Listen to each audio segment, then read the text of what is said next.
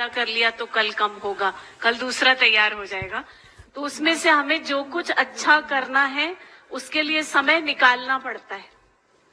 और जो व्यस्त है, जिसके पास बहुत काम है, वो और एक बात के लिए समय निकाल लेता है। लेकिन कुछ लोग ऐसे रहते हैं जो जीवन भर इसी बात का रोना रोते हैं कि हमारे पास समय नहीं है। तो माताओं को पता है कि कैसे उनको समय निकालना है।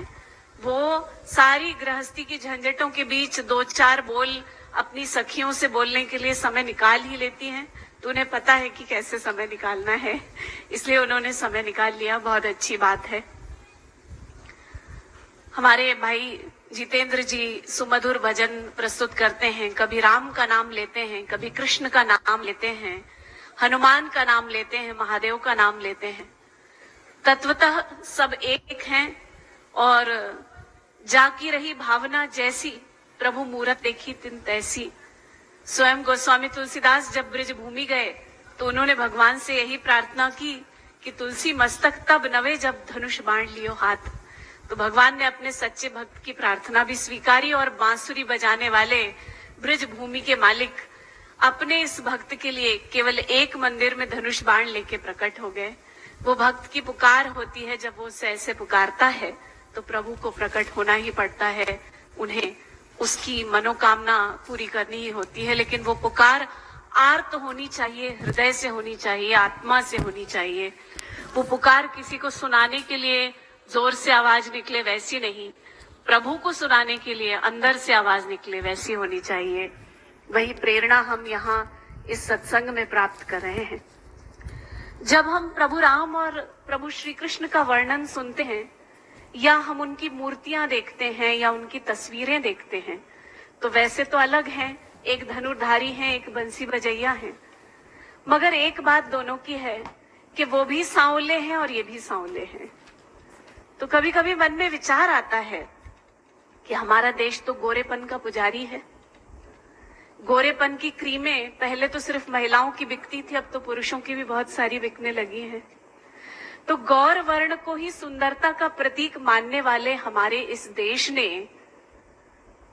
सबसे सुंदर जो दो पुरुषोत्तम महा अवतार हैं उन्हें श्याम वर्ण क्यों कहा है?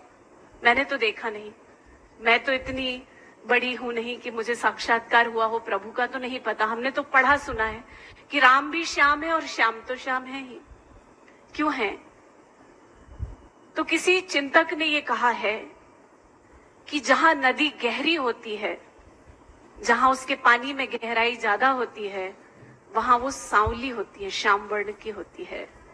तो प्रभु श्री राम और प्रभु श्री कृष्ण के व्यक्तित्व की गहराई तो अतुलनीय है, अथाह है, उसका कोई पार नहीं पा सकता। उसके लिए ये एक प्रतीकात्मक रूप से, एक संकेतात्मक रूप से ये माना गया है, ये कहा गया है कि वो श्याम वर्ण के हैं, कि वो उनके व्यक्तित्व की गहराई को दर्शाता है, जिसका और छोर किसी को मिला नहीं और किसी को मिलेगा नहीं। और उसी के लिए रसखान कहते हैं कि एक और तो ये ऐसा है परब्रह्म जो हजारों जन्मों तक तपस्या करने के बाद भी किसी तपस्वी को दर्शन न दे, और एक और ऐसा है कि बस जरा से छाछ के लिए गोपियों के इशारे पे नाचे। वो उसकी माया है, वो उसकी लीला है और वो उन गोपियों का प्रेम है जिसके कारण ऐसा होता है। हम जब प्रभु के भक्तों के बारे में सुनते हैं और पढ़ते हैं तो कई ऐसी बड़ी अद्भुत बातें सामने आती हैं। कई बार उन पे विश्वास नहीं होता, कभी लगता है कि अरे वाह। तो ये जो बात है, रसखान जी ने इसका वर्णन किया कि शेष गणेश महेश दिनेश सुरेशहु जाहि निरंतर गावे और जाहि अनादि अनंत अखंड अछेद अभेद सुबेद बतावे।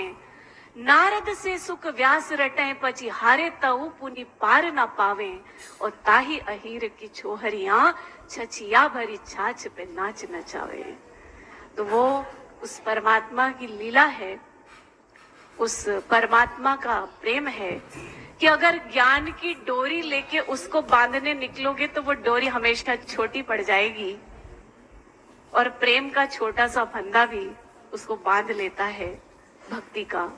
तो प्रेम में और भक्ति में ये शक्ति है, इसलिए भक्ति रस में डूबना है, वही जीवन का सार है, वही भक्त संतों ने हमें बताया है।